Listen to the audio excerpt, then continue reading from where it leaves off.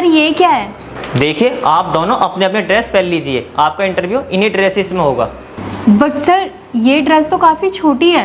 देखिए, मुझे इस बात से कोई मतलब नहीं है, आप जल्दी से इस ड्रेस को पहन लीजिए।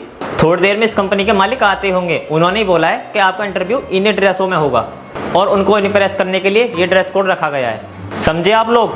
जल्दी से आप ये ड्रेस पहन लीजिए। लेकिन सर मैं इस ड्रेस में बिल्कुल भी कंफर्टेबल नहीं हूँ। देखिए, आप इस ड्रेस में कंफर्टेबल हो या ना हो, इस बात से मुझे कोई फर्क नहीं पड़ता।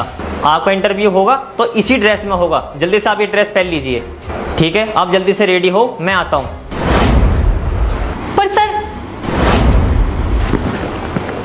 तुम कहाँ जा रही हो? ये ड्रेस चेंज करने। लेकिन ये ड्रेस तो काफी छोटी है, क्या तुम इसे पहनने में कंफर्टेबल हो? तुम गांव की लड़की हो, तुम्हें क्या लगता है इतनी बड़ी कंपनी में ये जॉब तुम्हारी स्किल या टैलेंट की वजह से मिलेगी? तो तुम ना गलत सोच रही हो, क्योंकि ये कंपनी बहुत बड़ी है और यहाँ पे ना लोगों को ना इम्प्रेस करना पड़ता है। और तुम्हें पता है इस कंपनी में जॉब कैसे मिलेगी? थोड़ा एक्सपोज होकर और जरूरत पड़े तो थोड़ा कॉम्प्रोमाइज कर कर, तब जाके इतनी बड़ी कंपनी में ना जॉब मिलती है। समझ आया तुम्हें? गवार कहीं की।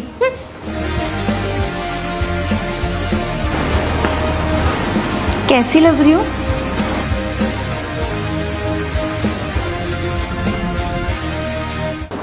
सुनो, आप दोनों का इंटरव्यू शुरू होने वाला है, आप जल्दी से अंदर चलिए।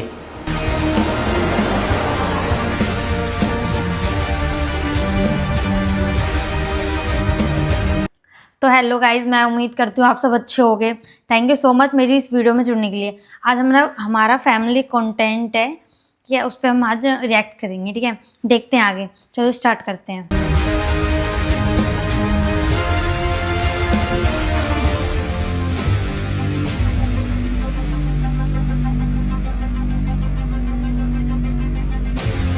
तुम दोनों के इंटरव्यू से पहले मैं तुम लोगों से एक सवाल पूछना चाहता हूँ। एक बात बताओ, मैंने आपके लिए ड्रेस भेजी थी और वो तुमने बिना किसी हेजिटेशन के पहन ली, तो मैं आपसे ये पूछना चाहूँगा उसके पीछे क्या रीज़न था? कम ऑन सर, इसमें हेजिटेशन की क्या बात है? आप कंपनी के सीईओ हैं, मेरी जॉब का सिलेक्शन आपके हाथ में है। आप जैसा बोलेंगे मैं वैसा ही तो करूँगी। और काजल, आप मुझे बताओ, आपने वो ड्रेस क्यों नहीं पहनी? क्योंकि सर मेरा मानना है कि कंपनी के एम्प्लॉयज सिलेक्ट करने के टाइम कंपनी को स्किल और टैलेंट देखना चाहिए, ना कि कपड़े। और वैसे भी सर मैं ये छोटे कपड़े पहनने में बिल्कुल भी कंफर्टेबल नहीं थी। माना सर कि ये कॉर्पोरेट जॉब है, काफ़ी सारी चीज़ें करनी पड़ती हैं जिनमें हम कंफर्टेबल नहीं हैं।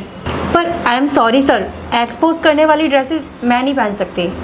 हमारे गाँव में भी यही सूट और साड़ी पहने जाते हैं और यही हम भारतीय नारी की पहचान भी होती है। देखिए सर, आप मुझे जॉब दें या ना दें, लेकिन मैं अपनी संस्कृति नहीं छोड़ सकती। काम के लिए, पैसों के लिए मैं इस तरह की ड्रेसेस कभी नहीं पहन सकती।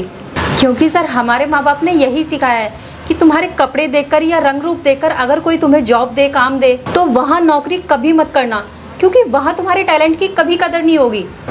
अच्छा, देखिए, आप लोगों का इंटरव्यू हो चुका है और मुझे ये बात बताते बहुत खुशी हो रही है कि जिस एम्प्लॉय को मैंने चुना है उसका नाम है मिस काजल।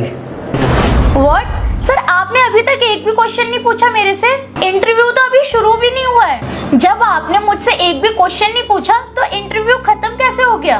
और ना ही अभी तक आपने हमारे डॉक्यूमेंट देखे, तो किस बिहाफ पे आपने इंटरव्यू खत्म कर दिया? Poonam, sorry, you are not selected for this job.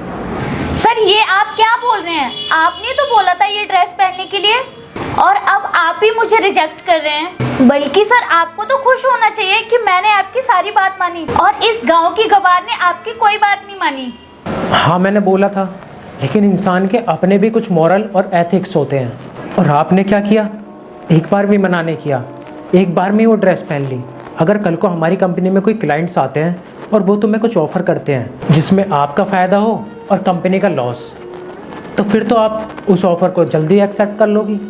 इसलिए मैं नहीं चाहता कि हमारी कंपनी को लॉस हो, इसलिए आप प्लीज़ यहाँ से जा सकती हो।